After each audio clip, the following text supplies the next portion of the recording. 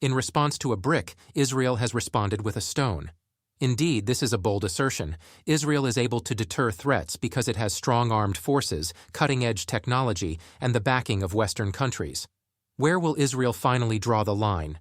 Nobody is aware of it. This is roughly what Gaza looks like now. In Gaza, there is now no electricity. The town's sole power plant has gone down. Israel surrounds the Gaza Strip. According to their defense minister, they won't let food go inside. There won't be electricity inside, and ultimately terrorists have to surrender. Here's the most recent revision. Hamas has taken prisoner 50 families. There have been over 900 fatalities and over 2,741 injuries from rocket attacks on over 1,300 locations around Israel. Hamas has not even spared infants and toddlers. Premier of the United Kingdom, Rishi Sunak. In a tweet, he has delivered a powerful message. This is the Hamas's supporters, people who see them as liberation fighters. In fact, they are the ones to blame for this assault. One must have the guts to deliver such a direct message. Israel. The Palestinian problem is intricate. The past 75 years have certainly not been peaceful here. Yes, many people in London, New York, Toronto, and Berlin share your sympathy for Palestine. Proponents of Palestine have held rallies in these places. America, Europe, and the Middle East. In a joint statement, the leaders of the United Kingdom and the United States made the following point. There is no time for Israel's enemies to use these attacks to gain ground. A definition, please. We are not on the losing side of this fight. You might support either Israel or the Palestinians. This video contains vital information for you, so please see it through to the conclusion. What exactly does Israel have in store for Hamas? And what steps have been taken so far, and which nation is backing the alleged terrorists? Here's a video where we can find out.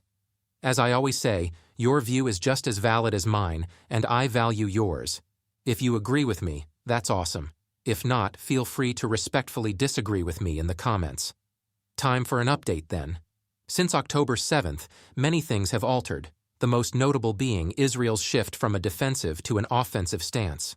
The Prime Minister of that country has announced a 5-point strategy. Terrorists now operating within Israel must be eliminated first. The second step is to launch a huge assault on Hamas. The next step is to maintain vigilance and bolster border security. The fifth step is to bring people together, and the fourth is to rally support from around the world. Put politics aside and strengthen our bonds. They have threatened to destroy any hiding location Hamas may use, and we have witnessed this happening. How is Israel getting ready for battle? The terrorists that infiltrated Israel in the first place. More than 450 targets have been struck, and reports indicate that 1,500 terrorists have been killed as a result. Hamas's leader's home was bombed as well, leaving him nowhere to hide. The tragedy here is that several hospitals in Gaza have been bombed. At least 14 Americans and 10 French citizens are among the hostages held by Hamas, and the group has threatened Israel that for every airstrike, one of the captives will be killed. Israel faces a formidable obstacle here, and their response is to go on the offensive. They plan to follow up their bombings with the deployment of ground troops to the Gaza Strip. More than 3 lakh citizens' reserve troops have been put on standby and mobilized. In order to aid in this conflict, just as Hamas poses a threat from the south to Israel, so does Hezbollah pose a threat from the north. Hezbollah, a terrorist organization based in Lebanon, was founded in 1982 with the express goal of fighting Israel. They have Iran's support. In 2021, their leader, Hassan Nasrallah, announced that they now have a fighting force of 1 million. The threat is not merely physical, but also digital. U.S. intelligence estimates that more than $1 lakh have just reached them. Hacking gangs based in Russia have begun targeting Israeli government websites. An organization known as Killnet exists. Because of Israel's support for Ukraine and NATO, this group has begun hacking several government websites in the hopes of rendering Israel internally weak and unable to repel the onslaught. A few categories will be discussed here.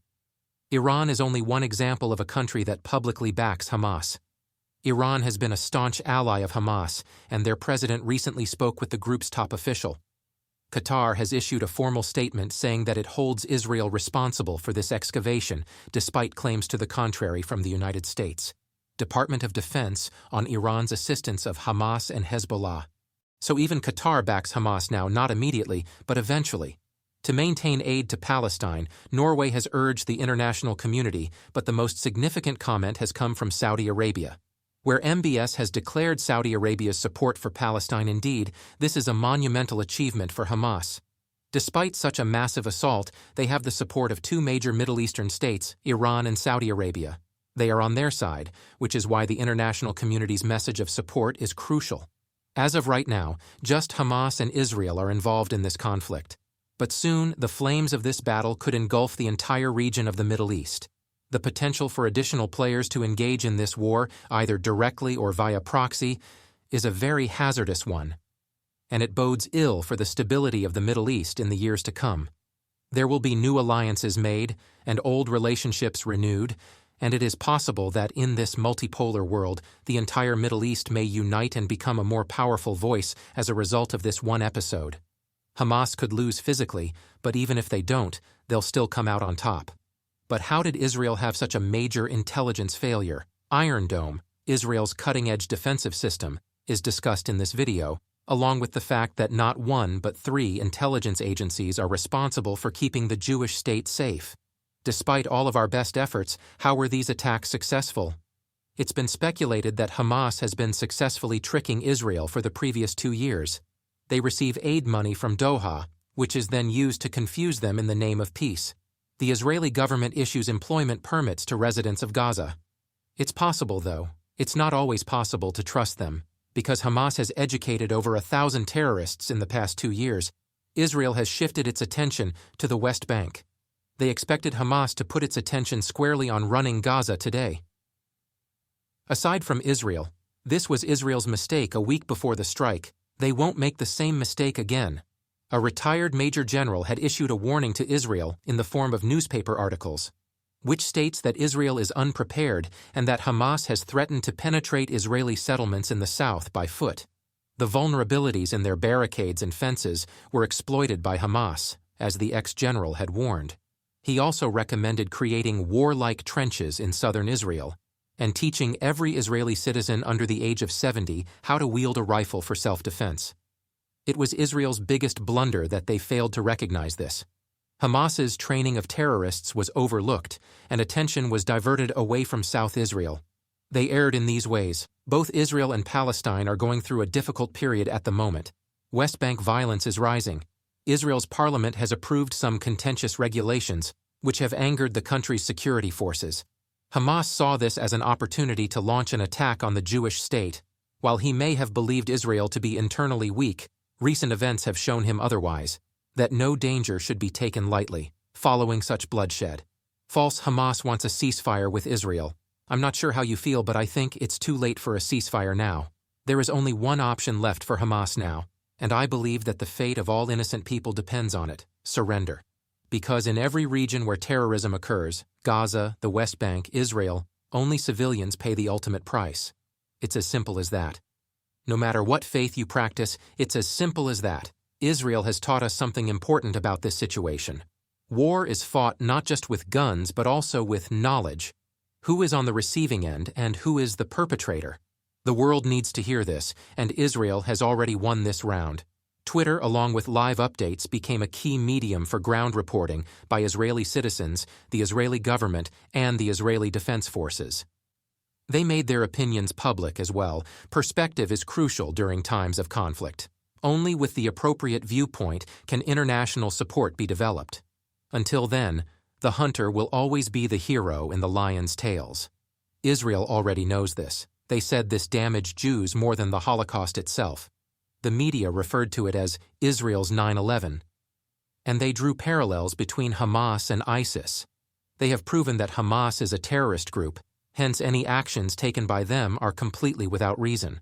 The right story must be told during a battle. Moreover, Russia erred in this respect. As a result, sanctions have caused hardship for the residents of Russia as well. Israel, however, made their viewpoint known to the rest of the world. This is Israel's greatest triumph yet. There is now unwavering international backing for Israel. And of course, I'm justified in my actions. However, there is an essential query. Why don't Palestinians see things their way? The conclusion is simple. Because they don't speak out against Hamas nowadays, backing Hamas is often seen as the sole way to show solidarity with Palestinians.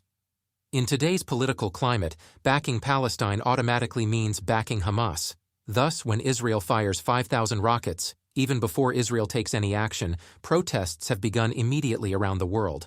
I'm just a bystander, and I don't know if these protests are in favor of Palestine or if they want to wipe Israel off the face of the earth. There has never been a protest when Hamas's violent tactics have been condemned. After an attack on Israel, they blamed Israel for the attack. The truth is that Hamas has also held Palestinians prisoner. The group fires rockets from hospitals in Gaza while knowing Israel will eventually destroy them.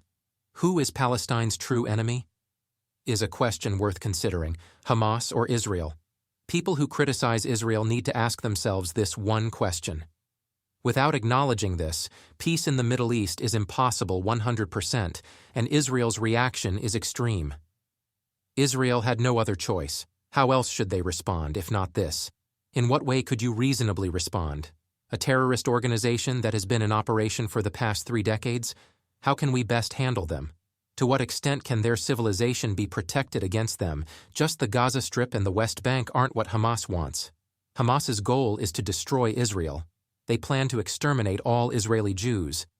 In the 1980s, they amended their charter to explicitly allow for this. The people of Hamas must believe this one idea if they ever hope to achieve peace or find a solution to their problems, that a consensus can be reached.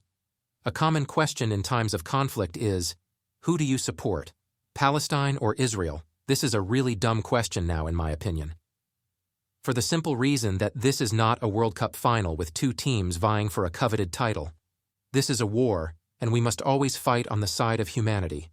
Where fear is vanquished and innocent lives are sacrificed the least they could be of any faith or political persuasion. Everyone involved needs to be sensitive to the situation, and the top priority must be to secure the safety of the hostages. How to prevent additional attacks while they are happening. Since the loss of innocent life always signals the beginning of a war, how can we hope for de-escalation? Please hear me out on this. People who claim to support Palestine but still defend Hamas's conduct need to realize that there is a world of difference between the two. Just because it makes sense, Hamas launched 5,000 rockets, but they didn't ask anyone's religion before taking their lives. They committed just murder. What good does an onslaught doing nothing but killing Palestinians do? Why can't we comprehend this if it can be understood by someone who has been through this agony themselves? Why? Why do some individuals view Hamas members as liberation fighters based solely on their religion? Help get this word to them by sharing this video as much as possible.